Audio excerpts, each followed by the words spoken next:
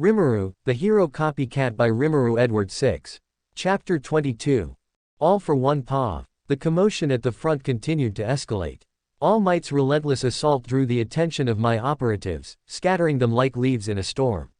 Meanwhile, I monitored the suppression chamber, confident in the security measures I'd put in place to keep Rimuru contained.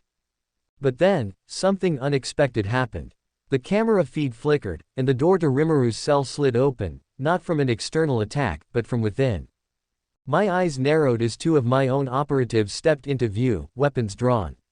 But instead of securing her, they turned on the guards stationed outside the chamber. The sudden betrayal threw the room into chaos, my loyal followers clashing with those who had defected. Through it all, Rimuru sat calmly, a faint smile tugging at her lips. "Interesting," I murmured, leaning forward in my chair. She stood slowly, her movements deliberate, as if savoring the moment. The suppression field crackled faintly around her, but she didn't seem bothered. Her golden eyes swept over the chaos, and with that same infuriating smile, she stepped out of the chamber. The defectors formed a protective ring around her, cutting down anyone who tried to approach. One of my loyal operatives managed to get close, shouting, "Traitors! You'll pay for this," before being silenced by a precise strike. Rimuru stopped just outside the chamber, her hands resting casually at her sides. "You know," she said, her voice calm and carrying over the sounds of fighting, "for someone who prides himself on control, you're not very good at keeping it, are you?" I clenched my fists, my gaze locked on the screen. "So, this was your plan all along," I murmured, more to myself than anyone else. She tilted her head slightly, as if hearing my thoughts, and glanced up at the camera. Her smile widened, and she raised a hand in a mock salute. "See you soon, all for one," she said, her tone dripping with confidence. Then she turned and walked down the corridor, her new allies following close behind. The screen cut out, static filling the monitor as I sat in silence. For the first time in years, a flicker of genuine frustration burned in my chest.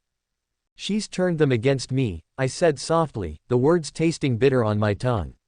"Clever, Rimuru. Very clever. But this wasn't over. Not by a long shot. Enjoy your freedom," I murmured, my voice low and cold. "Because when I catch you again, there will be no escape." This wasn't just a game anymore. Rimuru had crossed a line, and I would make sure she paid for it. One way or another. The betrayal unfolding on the screen was infuriating. My followers turning on one another, aiding Rimuru in her escape, it was unthinkable. Yet, as I watched, something in their movements, in their eyes, gave me pause. I leaned closer to the monitor, studying their expressions. There was no hesitation, no conflict in their actions. Their loyalty, their years of dedication to me, seemed to vanish in an instant. And then I saw it. A faint glaze over their eyes, a telltale sign of something unnatural. My frustration twisted into cold understanding. "Mind control," I murmured, the pieces clicking into place. Rimuru hadn't turned them against me through persuasion or ideology. She had used a quirk, perhaps her own or one she'd copied. This wasn't defection. It was manipulation. "How clever," I muttered, though my voice carried more irritation than admiration. "You knew you couldn't outmaneuver me with brute force, so you found another way." I turned to the communicator on my desk, pressing a button to connect to Overseer. His voice came through almost immediately, strained from the chaos. "Yes, my lord." "Mind control," I said curtly. "The defectors are not acting of their own will. Rimuru is using a quirk to manipulate them. Focus on neutralizing her influence." There was a brief pause, then Overseer's voice returned, steadier this time. "Understood, my lord. We'll recalibrate suppression devices to counteract mental interference." "Do it quickly," I commanded, cutting the connection. I leaned back in my chair, my frustration simmering just beneath the surface. Rimuru's strategy was bold, but it came with risks. Mind control quirks, while effective, often had limitations. Distance, duration, and the mental resilience of the target could all play a role. And once I found the source of her control, I would exploit its weakness. "You're resourceful, Rimuru," I murmured, watching the static-filled screen. "But resourcefulness will only get you so far. Mind control may win you allies for now, but it won't save you in the end." The game was shifting again, and while she had won this round, I would ensure the next one ended in my favor. You can run, you can manipulate, but you cannot escape me, I said softly, my voice a promise as I began crafting my next move. The trap would be set. And this time, there would be no escape. As I sat in the quiet of my chamber, the remnants of chaos still echoing through the facility, my mind churned. Rimuru's escape wasn't simply a matter of clever planning, it defied the very laws of control I had placed upon her. The suppression devices should have rendered her powerless. That was their design, their purpose. Yet somehow, she had exerted influence over my operatives, bending them to her will. How? I murmured to myself, my voice low and cold.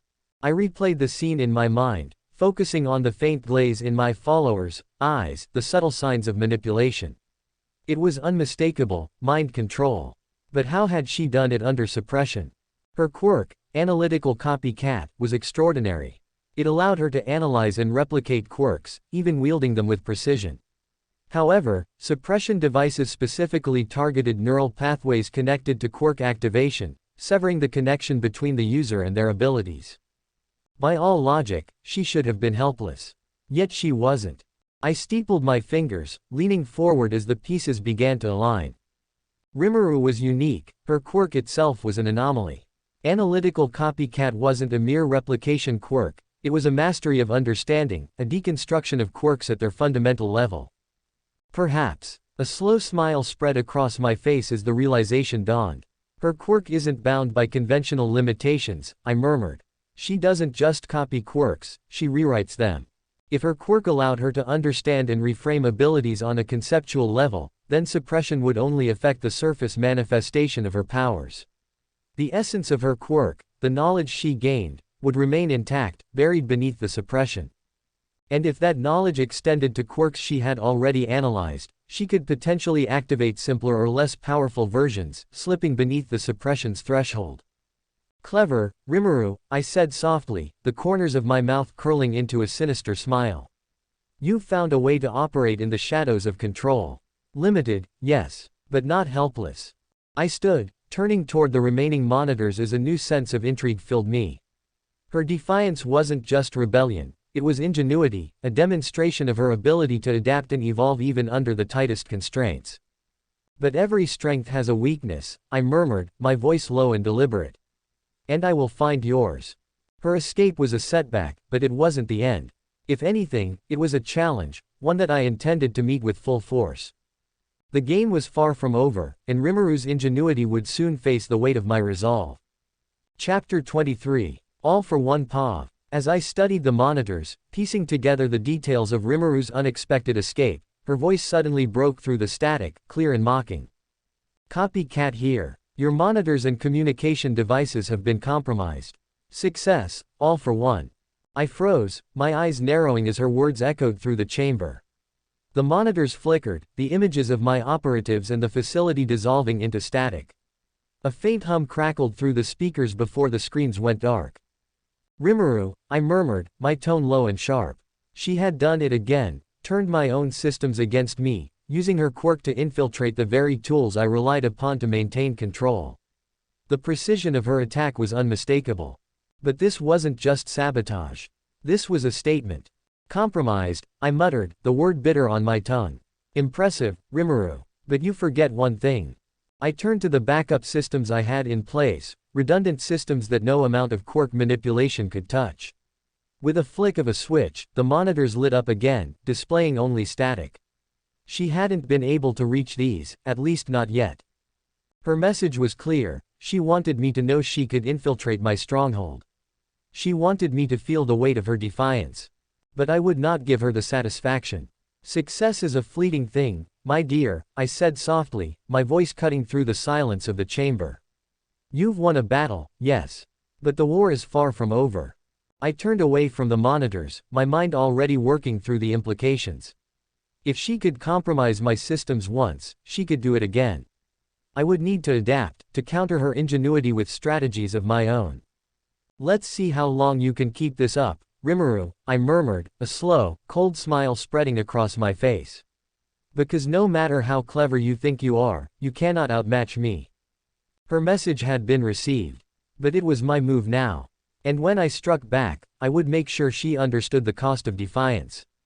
The static on the monitors was infuriating, but as I reviewed the events leading to Rimuru's escape, one detail stood out, a subtle but critical observation. She had been using more than one quirk at once. I replayed the scene in my mind, focusing on the moments when my defected operatives moved in unison, their actions perfectly synchronized under her control.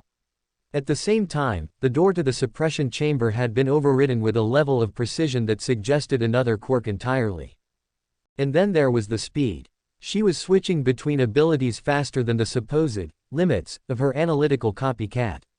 Those intervals she had hinted at in previous encounters, 5 seconds between each switch, they were a lie. My hands tightened into fists as the realization sank in. She's been holding back, I murmured, my voice cold with annoyance. All this time, she's been playing a game of misdirection. Rimuru had crafted an image of herself that was both formidable and flawed, a calculated deception designed to make others underestimate her. And it had worked. Even I had accepted the idea that her quirk came with constraints. But now, as I pieced it together, the truth became clear. Her ability to analyze and copy quirks wasn't just surface-level replication. It was mastery, understanding, rewriting. She wasn't bound by the same rules as other quirk users because her power operated on a deeper level. And those supposed limits, they were nothing more than a smokescreen. I leaned back in my chair, a slow smile spreading across my face. Clever girl, I murmured, my voice tinged with both irritation and admiration. Her escape wasn't just an act of defiance, it was a demonstration. A statement that she was no longer the creation I had once controlled. But every illusion has its cracks, I said softly, my eyes narrowing. And every strength has its weaknesses. If she was capable of wielding multiple quirks and switching between them seamlessly, then her stamina, her focus, or her mental capacity had to be taxed. No one, not even Rimuru, could operate at that level indefinitely. I will find your breaking point, Rimuru, I murmured, standing as the static on the monitors continued to flicker. And when I do, you will realize that no amount of misdirection can save you. Her cleverness was admirable, but it wouldn't save her from what came next. The game was still mine to control, and she had only ensured that my next move would be devastating. The static on the monitors flickered again, and I focused on the live feed still available. Rimuru's voice had taunted me moments ago, but as I watched, something inexplicable occurred. One moment, she was in the corridor, flanked by the defected operatives she had manipulated. The next, she was gone. No warning, no visible quirk activation. I scanned the remaining cameras, switching between feeds in search of her. And then I saw her, on the other side of the building, standing alongside Hawks and All Might. I froze, my gaze narrowing as I processed the impossibility of what had just happened. How? I murmured, my voice barely audible. Teleportation. No. The suppression devices would have dampened any quirk powerful enough to move her that distance instantly. A decoy. Unlikely, given the precision and timing.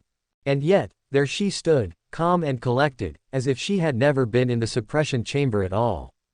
Rimuru raised her hand in a mock wave, her golden eyes glinting with amusement as she looked directly into one of the functioning cameras. Hawks stood beside her, his feathers bristling in readiness, while All Might loomed like an unyielding wall of determination. Rimuru's voice echoed through the compromised speaker system, sharp and teasing. Miss me already, all for one. The words dripped with confidence, and I could feel the mockery in her tone. She knew exactly what she was doing, sowing doubt, pushing me to question the limits of her abilities. But there was something else in her expression, something more deliberate. She wanted me to see her like this. Interesting, I said softly, leaning back in my chair. You're making this personal, Rimuru. Very well. If she had truly bypassed the suppression devices, if she had somehow moved across the facility without triggering a single alarm, then her quirk was even more versatile and dangerous than I had anticipated. But this wasn't just about her abilities. It was about control. Enjoy your victory, I murmured, a slow smile spreading across my face. Because it won't last. Her clever tricks and calculated maneuvers had created chaos, but chaos alone wouldn't win this war. She had shown her hand. And now, it was my turn to respond. Let the games continue, Rimuru, I said, my voice low and cold. But remember, every move you make brings you closer to me. As I watched Rimuru stand alongside Hawks and All Might, her calm defiance radiating even through the static-filled monitors, a thought struck me, a realization that simmered with equal parts pride and irritation. Her quirk was ready. No longer the fledgling ability I had once shaped and nurtured, it had grown into something formidable. A force that could rival my own. Analytical copycat, I murmured, the name of her quirk rolling off my tongue like a challenge. It was no ordinary ability, no mere replication. What she wielded wasn't just power, it was mastery. The ability to analyze, understand, and wield quirks with a level of precision that rivaled my own all for one. I leaned back in my chair, steepling my fingers as I considered the implications. In practice, her quirk was disturbingly similar to mine. Where I took quirks and made them my own, she dissected them, rewrote them, wielded them with unparalleled finesse. And now, she was using that power against me. I am proud, I admitted softly, my voice carrying through the empty chamber.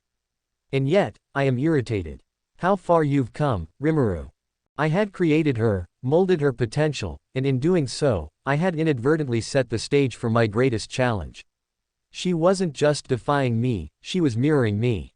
Her methods, her strategies, even the way she used her quirk, it was as though she had taken the very essence of my power and refined it into something uniquely her own. A slow smile spread across my face as I stood, the weight of the moment settling over me. You've become a force to be reckoned with, my dear, I murmured, my voice a mix of admiration and menace. But remember this, while your quirk may be the only one that can match mine, it is still incomplete. She had mastered much, but she hadn't faced the full weight of what I could do. And while her quirk was similar to mine in many ways, it lacked the raw dominance that came with absolute control. You are my creation, I said, my voice cold and sharp. And as proud as I am of your progress, I will not allow you to forget where it began. The pride I felt was undeniable, but it was tempered by the irritation of seeing her use what I had nurtured against me. The game was evolving, and so was she. But I was far from finished. Come, Rimuru, I murmured, my smile widening. Let us see which of us truly understands power.